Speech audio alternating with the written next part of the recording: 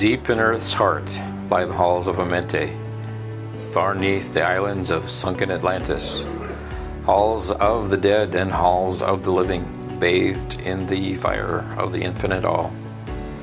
Far in a past time, lost in the space-time, the children of light looked down onto the world, seeing the children of men in their bondage, bound by the force that came from beyond.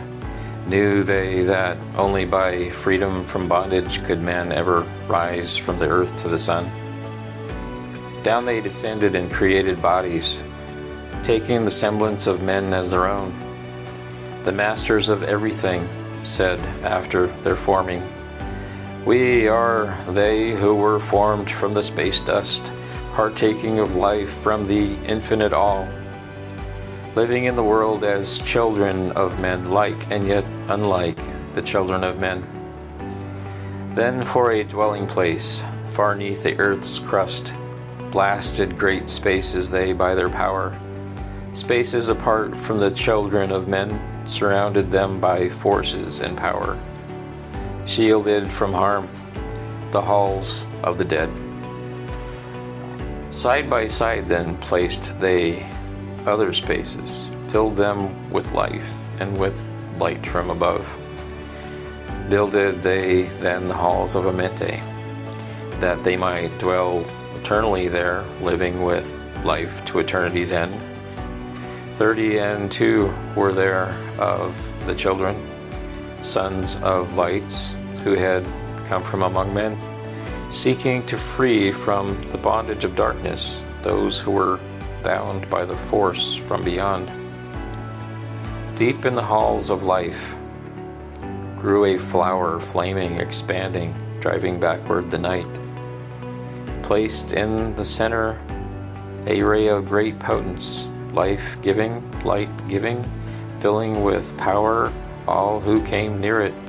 Placed they around it thrones, 32 places for each of the children of light, placed so that they were bathed in the radiance, filled with the life from the eternal light.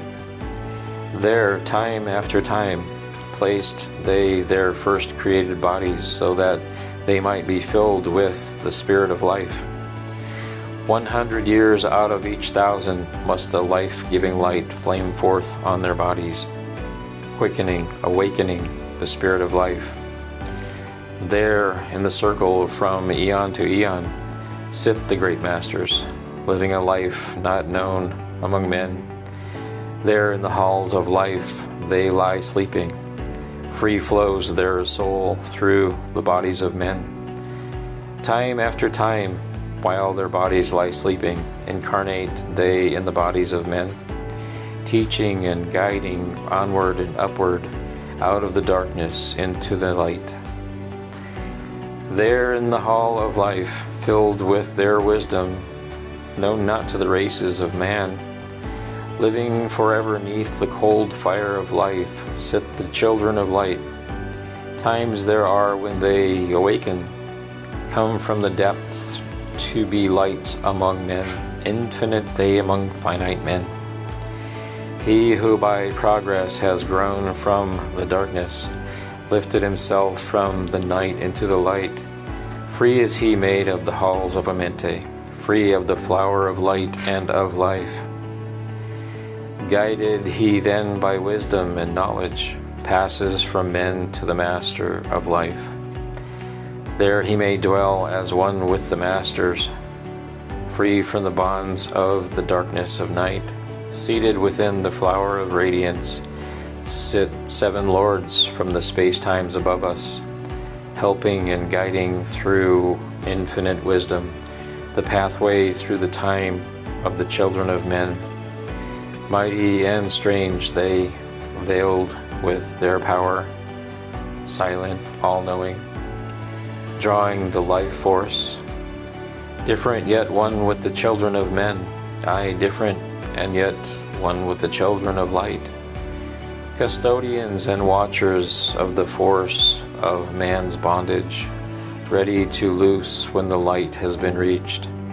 First and most mighty sits the veiled presence, Lord of lords, the infinite nine.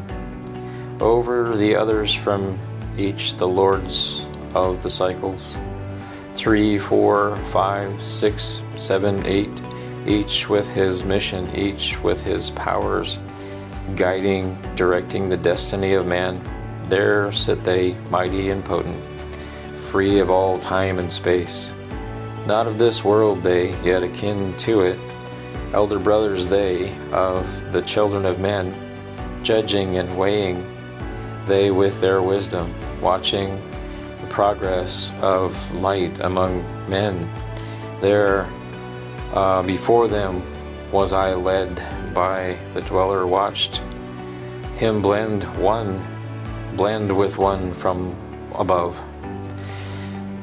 Then he came forth, a voice saying, Great art thou, Thoth, among children of men, free henceforth of the halls of Amenti, master of life among children of men. Taste not of death except as thou will it, drink thou of life to eternity's end. Henceforth forever is life, thine for thy taking. Henceforth is death at the call of thy hand. Dwell here or leave here when thou desireth. Free is Amenti to the Son of Man. Take thou up life in what form thou desireth, child of the light that has grown among men. Choose thou thy work, for all must labor. Never be free from the pathway of light. One step thou hast gained on the long pathway upward. Infinite now is the mountain of light. Each step thou taketh but heightens the mountain. All of thy progress but lengthens the goal. Approach ye ever the infinite wisdom. Ever before thee recedes the goal. Free are ye, made now of the halls of Amenti, to walk hand in hand with the lords of the world. One in one purpose, working together, bring of light to the children of men. Then from his throne came one of the masters, taking my hand and leading me onward through all the halls of the deep hidden land. Led he me through the halls of Amenti, showing the mysteries that are known not to man. Through the dark passage downward he led me into the hall where sit the dark death. Vast as space lay the great hall before me, walled by darkness, but yet filled with light. Before me arose a great throne of darkness. Veiled on it sat a figure of night. Darker than darkness sat the great figure, dark with a darkness not of the night.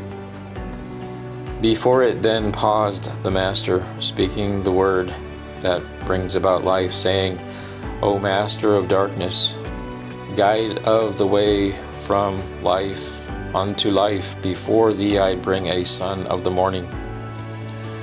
Touch him not ever with the power of night, call not his flame to the darkness of night.